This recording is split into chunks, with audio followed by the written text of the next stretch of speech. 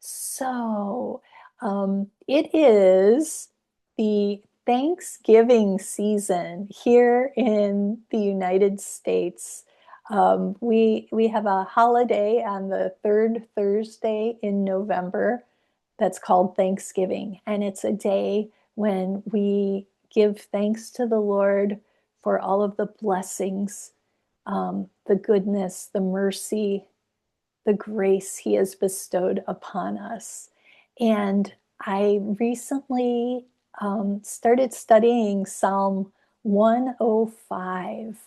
And I'm going to be talking about this today and then asking you all to share some of your experiences with the Lord's goodness during this past year. I think it's so important for us to reflect on what He has done. And I think Psalm 105 shows us some wonderful ways to do that. And so we're just going to be looking at the first 5 verses. So this is Psalm 105, 1 through 5. And I'm showing it in the NIV version of the Bible, the New International Version, and it's really beautiful. And one thing that really interested me as an English teacher is in the first 5 verses of this psalm, there are 10 imperative verbs, 10 commands verbs that call us to worship the Lord. And I just thought that was so interesting because in English classes we spend a lot of time with the command forms teaching students how to say things like please open your book, please raise your hand, sit down, write this. Those are all the command forms of the verbs. And this psalm has some really wonderful ones. So verse 1 tells us to give praise to the Lord, proclaim his name, make known among the nations what he has done. And so we are commanded to give praise to the Lord. And sometimes that is so easy for us to do. Sometimes when life is going well and our teaching is going well, our families are doing well, it's easy for us to give praise to the Lord. And other times when we are facing challenges and disappointments and troubles of all kind, it can be more challenging to give thanks to the Lord, to give praise to the Lord. But we are commanded to do this. And I have found that even when we don't feel like giving praise to the Lord, when we go ahead and do that in obedience to him, that he really changes us and changes our attitude and changes our hearts. So give praise to the Lord. That's our first command in here. And then proclaim his name, make known among the nations what he has done. And so today we have people here from many different nations around the world. And I think it is so beautiful that we can proclaim the name of the Lord and make his name known among the nations and to let the whole world know what he has done and what he is doing and what he will do. We have been tasked with doing this, not just hoarding the good news of the Lord and the blessings for ourselves, but sharing it and proclaiming it and making it known among the nations. The second verse tells us to sing to him, sing praise to him. And I find that singing is something that just can rouse our souls, can stir up our spirit, can bring joy to our hearts. Sometimes it brings tears. Sometimes it brings ecstasy. Sometimes it's so powerful to be singing in a group with a congregation together. But there's other times when we can be alone, just us and the Lord, and just singing praise to Him, just between the two of us.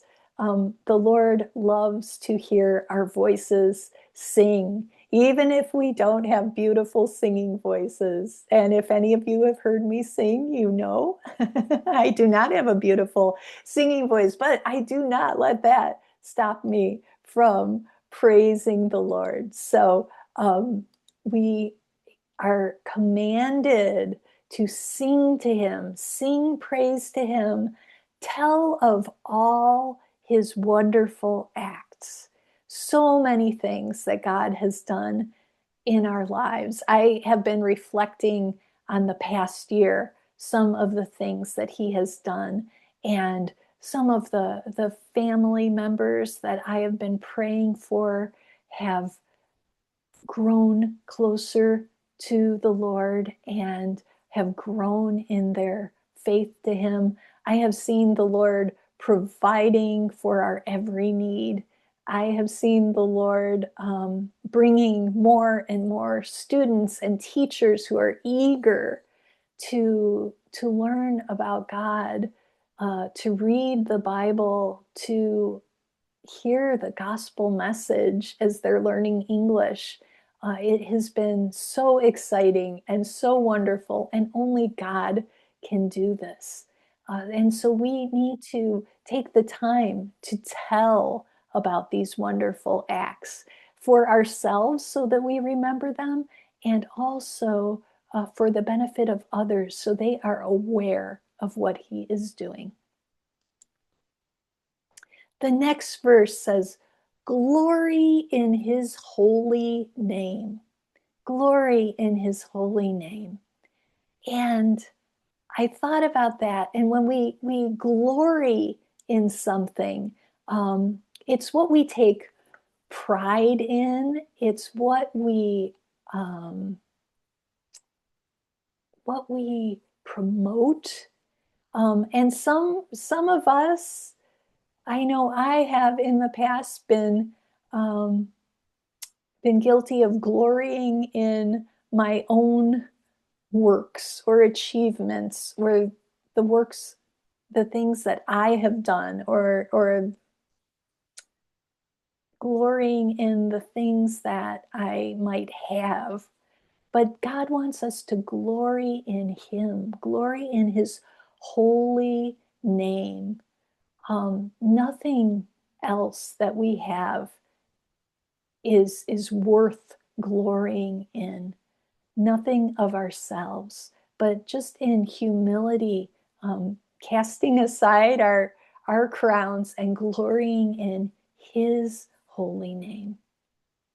And it says, let the hearts of those who seek the Lord rejoice. So this is another command verb, rejoice. To be joyful in the Lord, to feel as well as understand the vastness of His love, the vastness of His mercy. In this we can rejoice. The next verse says, look to the Lord and His strength. So many times I find myself looking down at my problems, looking down at my failures, at my weaknesses, at my worries, instead of looking to the Lord and His strength.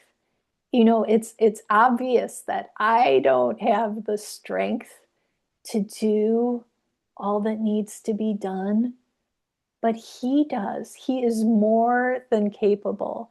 And we have to seek His face always. We have to look to Him, look up to Him, seek His face, let His face shine upon us. Um, go to him for wisdom and direction and strength.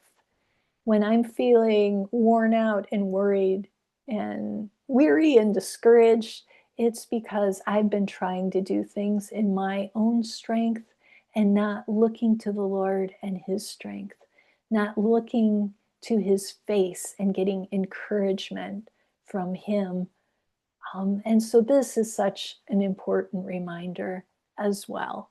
So look and seek, continue looking, continue seeking. And then finally, verse 5 implores us to remember the wonders he has done. Remember his miracles and the judgments he pronounced. Remember his justice and mercy.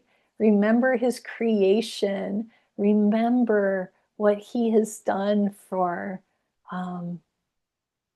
us in the past. Remember what he has done throughout the Bible to his servants. Remember his works. Remember his promises to Abraham, to Moses, to Isaac, to Jacob, to Joseph. As Psalm 105 continues, it's sort of it continues with the stories of Genesis and Exodus and talking about God's covenant promises to his people.